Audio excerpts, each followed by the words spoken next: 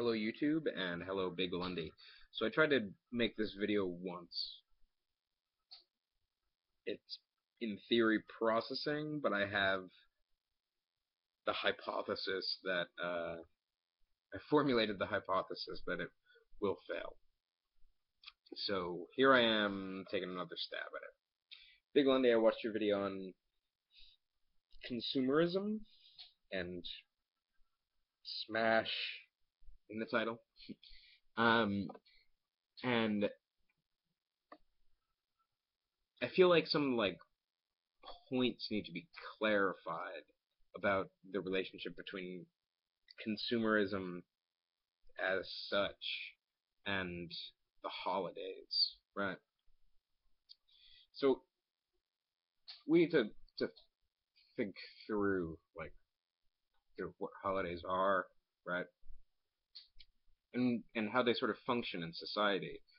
If you really think about the idea of the holiday, in the West, it probably comes from the Jewish Sabbath, right?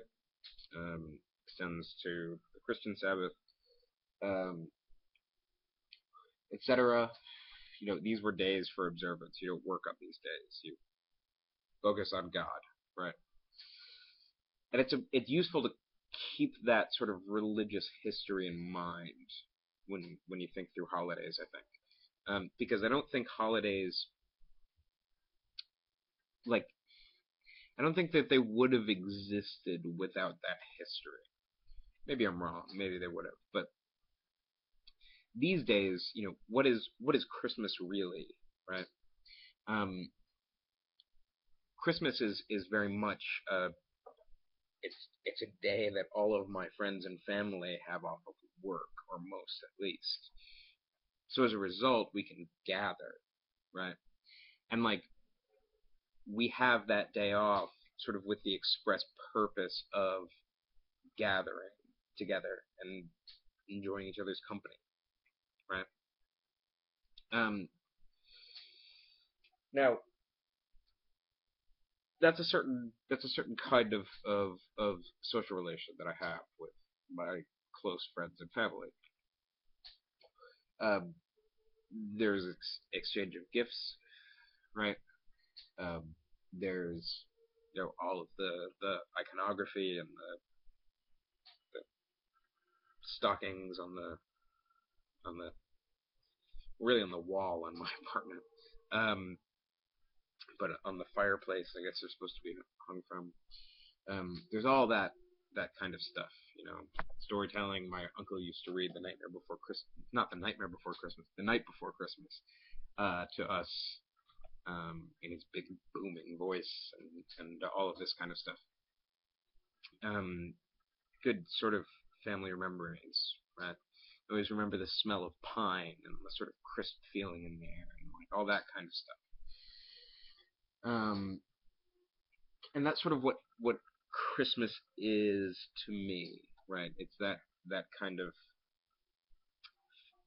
I am together with people that I love and I care about, right? And again, that's a certain kind of social relation. Now,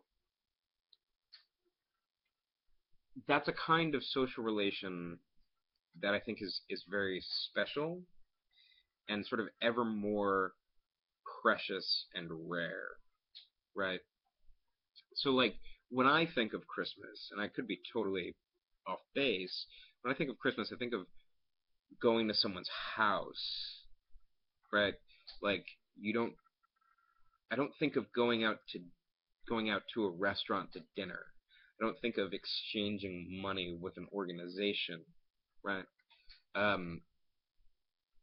I don't, if I want to hang out with a friend on a day off of work, I might go out to dinner, I might go to a bar, I might go to a cafe, right? All these different kinds of places that are sort of culturally designated places to go to be social, right? And there are other places, the park maybe, right? That's a slightly different thing, I think. But notice in most of those places, a condition of possibility of like participating in any kind of social relation is buying something, right? I go to a cafe. I spend $2 on a cup of coffee. A friend does as well. We sit down and then we participate. Part of the condition of possibility for that social interaction is a monetary exchange. Now, that's true if we go to a bar. That's true if we go to something else. But if you go to someone's house, it's different, right? Like we don't conceive of like you don't have to spend money to go to somebody's house. Maybe what you do is you buy a bottle of champagne for the host, or depending on what kind of event it is. Um, I don't know, right? But the thing is that when we think about the the social relations that are associated with like Christmas, right? It's very different than sort of other kinds of social relations. The idea is supposed to be that I get together with my family and I enjoy their company for its own sake, right? Like we bracket off this day and a few other days, and like we set that aside and say on this day we won't work, we won't like participate economically, and we just focus on our family and our loved ones and enjoying that. So like when I think about that in relation to the idea of consumerism, this sort of speculative dance of capital on the markets, the mad dance of capital. Um, that process, the process of buying and selling on a market, is a process that also entails a social relation. Social relation that's very different than the Christmas one, right?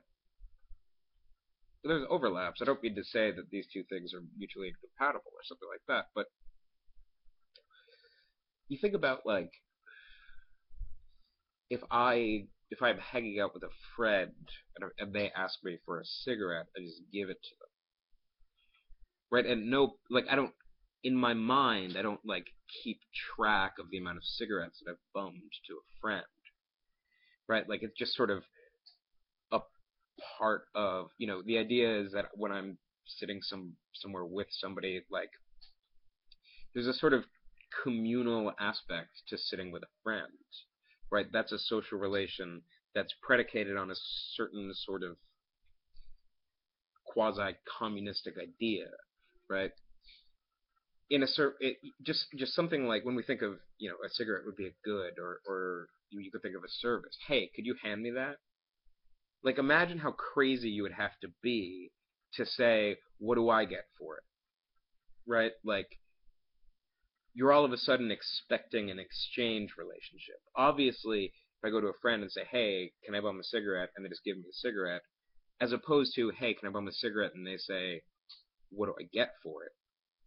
Right? Like those are you feel weird about the latter one. I would at least, right? Like imagine you were to fucking I offer to take you out to dinner, and we go out and I pay, right? Because I've offered to take you out, right? All that kind of stuff. I mean, imagine at the end of the night me just without you saying anything, like handing you a bill, right? Saying here's your half, right? Now, like stuff like that sort of can happen, right? We might like decide to split the check, but like if nothing's said and I ask you out to dinner, what I think is assumed is that I'm going to be paying, right? Um, so like stepping into different social relations always brings with it sort of or stepping into different contexts, like just sort of different contexts. You have different like distances from the other person, and I want to say a relationship of exchange, right? That exchange, an even exchange. You give me $5 and I give you a pack of cigarettes back, something like that. there's more of a buffer, right? As opposed to you're friends with somebody and you don't keep track, right? When you don't keep track of what somebody owes you or what you owe them, like that's a relationship of friendship, of camaraderie, of closeness, right? And like when we think about money, right? Money is a very precise quantification of debts, right? It's a precise quantification of all of the sort of things that that you don't keep track of with your friends, right? Um,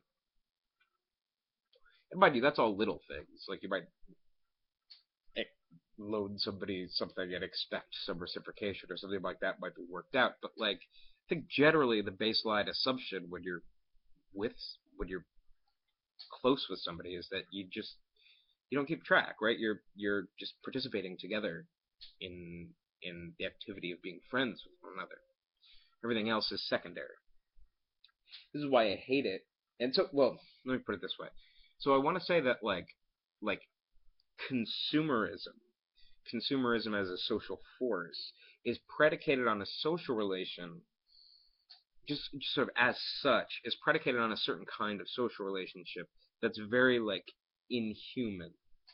Like there's a distance between me and a store, right? Or some clerk that I buy something from at a store, or me and a waiter, right? There's a certain formality with somebody that I'm going to exchange money with that isn't there with my friends, right? So these are two different kinds of social relationships. One is embodied in Christmas. One is embodied in, I think, the idea of consumerism, the idea of participating on the market. Um, and again, those aren't necessarily mutually exclusive. Where it becomes problematic, like there's a question of ends and means, right?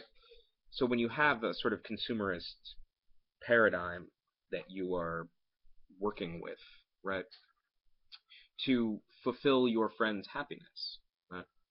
I know that they really want this thing, and so for Christmas I'm going to get it for them because that's going to make them happy, right? I'm going to show my appreciation for their friendship, basically, right? I'm going to give a gift, right? All of that, the stuff that comes with the idea of gifting something, all of that is tied into Christmas, and you have a certain, again, an ends and a means. Your friend is the end in himself, and the means is the commodity. Where the problem comes in, I think, is when that relationship flips, where the end becomes the commodity, and your friend becomes the means, right? Now, I think that really does happen. And I think Christmas might be a weird example, but example for us, I think. And I'll come back to why. Um, Valentine's Day might be a more palpable example.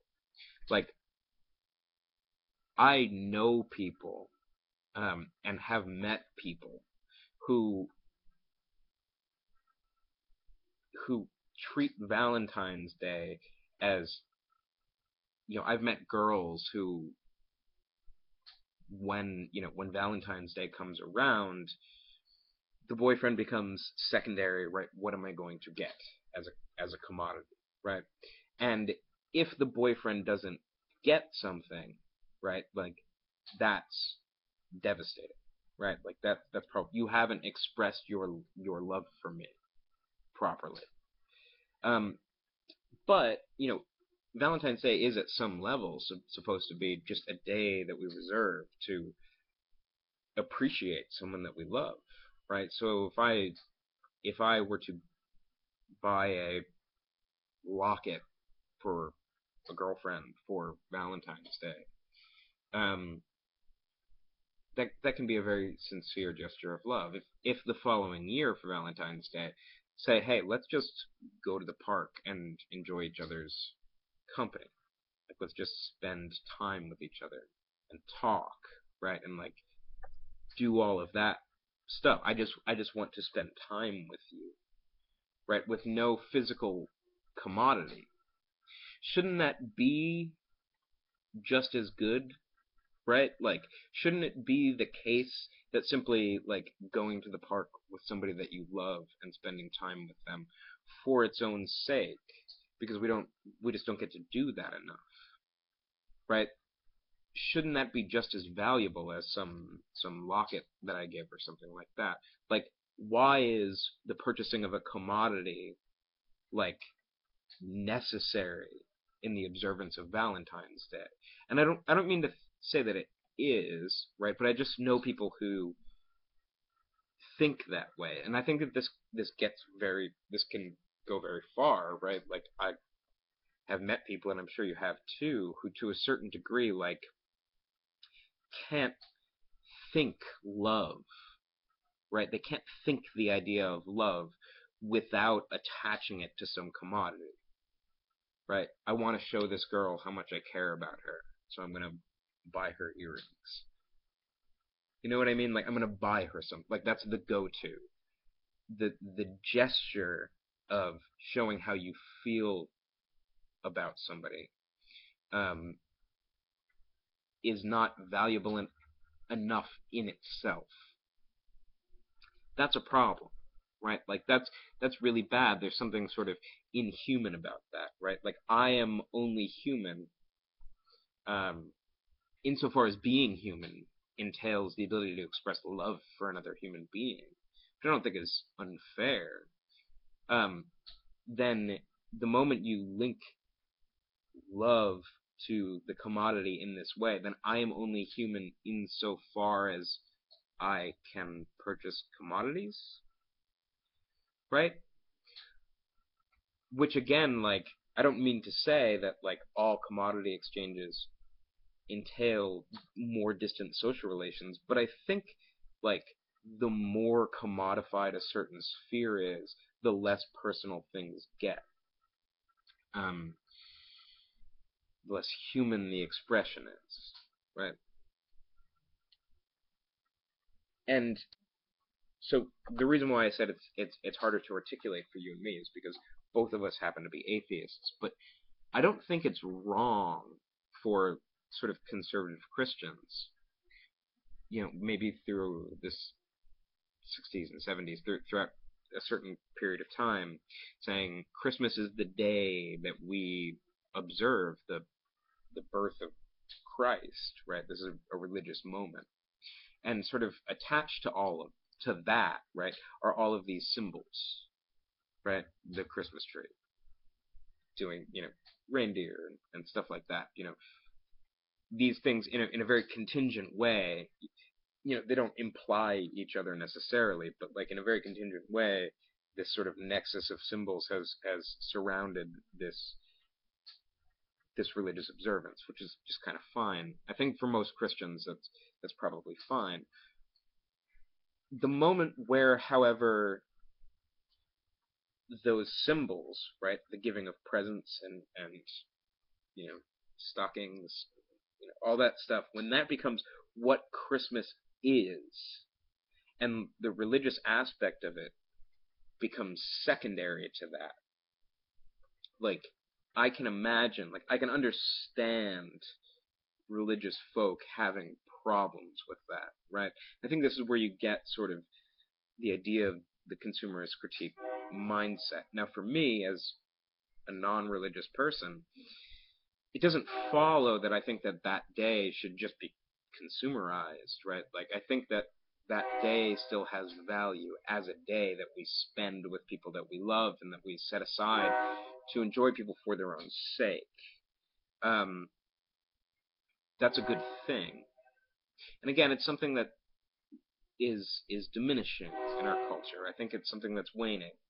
You know, I have friends who will, I'll call them up and say, hey, you gonna go grab a cup of coffee or something? And they'll be like, well, what are you doing after that? Like, I don't know. We could figure something out, right? Like, just want to grab a cup of coffee with a friend. It becomes, oh, well, you're not going to do anything, whatever, I'll stay at home and play video games. And, like, once that starts happening, I don't mean to generalize that over all society, right? Like, I don't mean to claim that there's I don't mean this conservative claim like there's a systematic breakdown of, I don't know, whatever. Um, but when that stuff starts happening, like I start to feel shitty, right? Like all of a sudden I'm a way into like a party, and that's what I am, right? Like the party is the end, and I am the means to get there. Insofar as there is no party, I have no function, right? So it's that feeling of feeling like a means to an end that's that's problematic. If there's any day of the year where we should treat people like ends in themselves, it's Christmas, right? That's the day. That's one day that we've set aside for doing that. This is the problem with sort of consumerism. I don't think I have to say that anything is bad about money in and of itself to sort of make that claim, right? But I do think that you can fairly say that Christmas being, you know, the sort of what we might call the spirit of Christmas, right? Christmas as the holiday where we get to get together with friends and family and all that. Insofar as that gets subordinated to shopping, right? What commodity, what object are you going to use, right? Insofar as people treat each other like means to presents, booze, food, dinner, something like that. Insofar as that becomes the case, like that's the moment where I think you need to pull the brakes. So yeah, I think that the issue of consumerism and Christmas is more complex than you're articulating it. Like again, I don't have to say that money is a bad thing in principle to say that I don't necessarily want certain spheres of my life commodified or defined through commodification. See what I mean? So yeah, hopefully you respond. And to BigLundi, my average atheist, you tell me at the end of every one of your videos that BigLundi, your average atheist. So BigLundi, my average atheist. Um, have a good night. Hope to hear from you.